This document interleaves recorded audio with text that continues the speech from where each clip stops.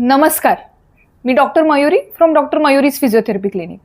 आज आपण बोलणार आहोत याच्याबद्दल, हो मोबाईलबद्दल. आता तुम्ही म्हणाल मॅडम तुम्ही मोबाईलबद्दल काय बोलणार आहात?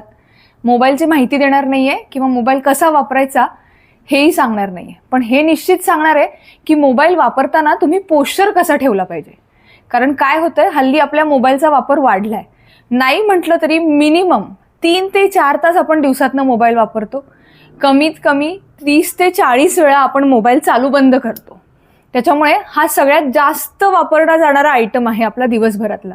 त्यामुळे होतंय काय, बऱ्याच जणांना इथे हंप येतोय, बऱ्याच जणांचे शोल्डर असे राऊंडेड होत आहेत, बऱ्याच जणांची नेक अशी पुढे होतीये आणि त्याच्यामुळे आपल्या स्पाईनवरचे शिअर फोर्सेस वाढून आपल्याला मानेचे, मणक्याचे, कमरेच्या मणक्याचे त्रास सुरू होत आहेत. त्यामुळे हा मोबाईल योग्य पद्धतीने कसा वापरावा जेणेकरून आपल्याला होणारे त्रास आपण कमी करू शकू किंवा टाळू शकू हे आपण बघूया. चला तर मग बघूया कसा वापरायचा. अशा पद्धतीने हा सगळ्यात चुकीचा वापरला जाणारा पोश्चर. आपण काय करतो, सहजच सोफ्यावरती खुर्चीवरती बसतो, हात असे मांडीवरती ठेवतो आणि मोबाईलमध्ये असं आपण पुढे वाकून मोबाईल बघत असतो.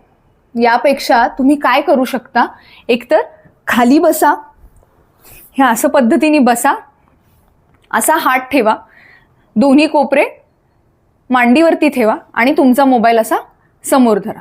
याच्यामुळे काय होतंय, आपली नेक सरळ राहतीये, हात सपोर्टेड राहत आहेत आणि मानेलाही कुठला त्रास होत नाही. असं बसा. किंवा दुसरी गोष्ट, तुम्ही या इथे असं सोप्याला टेकून बसा, पाय लांब करा, हे पाय असे वाकवून हात असा ठेवून असा मोबाईल वापरा. सो या दोन्हीपैकी कुठली तरी एक पद्धत वापरा जेणेकरून आपली मान पूर्णतः सरळ राहील.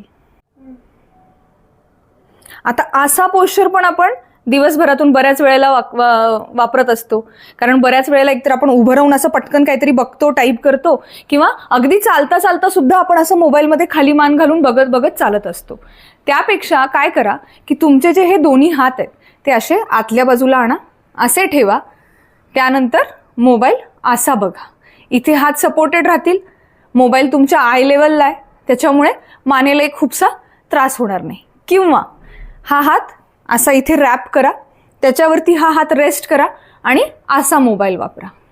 बघा परत एकदा, हात असा इथे रॅप करा, हा हात ह्याच्यावरती रेस्ट आणि मग असा मोबाईल वापरा. त्याच्यामुळे आपल्याला मणक्यावरती येणारा ताण फार मिनिमाइज होतो. बघा ट्राय करून. आता ही आहे आपल्या सगळ्यात आवडीची पोझिशन, ज्यामध्ये रात्री रिलॅक्स झोपून किंवा दुपारी रिकाम्या वेळेत आपण हे असं झोपतो, हातात मोबाईल घेऊन काहीतरी बघत असतो, किंवा फार तर फार आपण काय करतो, हा मोबाईल असा धरतो.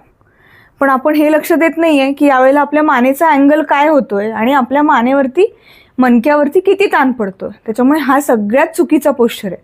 आपल्याला झोपून मोबाईल बघायचाच आहे ना, तर तो कसा बघायचा हे मी सांगते, त्या पद्धतीने बघा. हे दोन्ही पिलोज सरकवा बाजूला, ओके. अशा 2 उशा ठेवा. त्यानंतर तुमचे पाय या उशांवरती ठेवा, दोन्ही हात असे एल्बोजमधून वाकवून हा असा मोबाईल बघा. किंवा असेल तुमच्याकडे ऑप्शन तर हा मोबाईल असा वाकवून ठेवून असं तुम्ही थोड्या वेळ मोबाईल बघू शकता. मुळातच झोपून मोबाईल बघणे ॲडवायझेबलच नाही आहे. जो काही बघायचा आहे तो तुम्ही बसून बघा, पण अगदीच बघायचा वाटला तर मग मी जे आत्ता पोश्चर सांगितलं आहे त्यामध्ये बघा.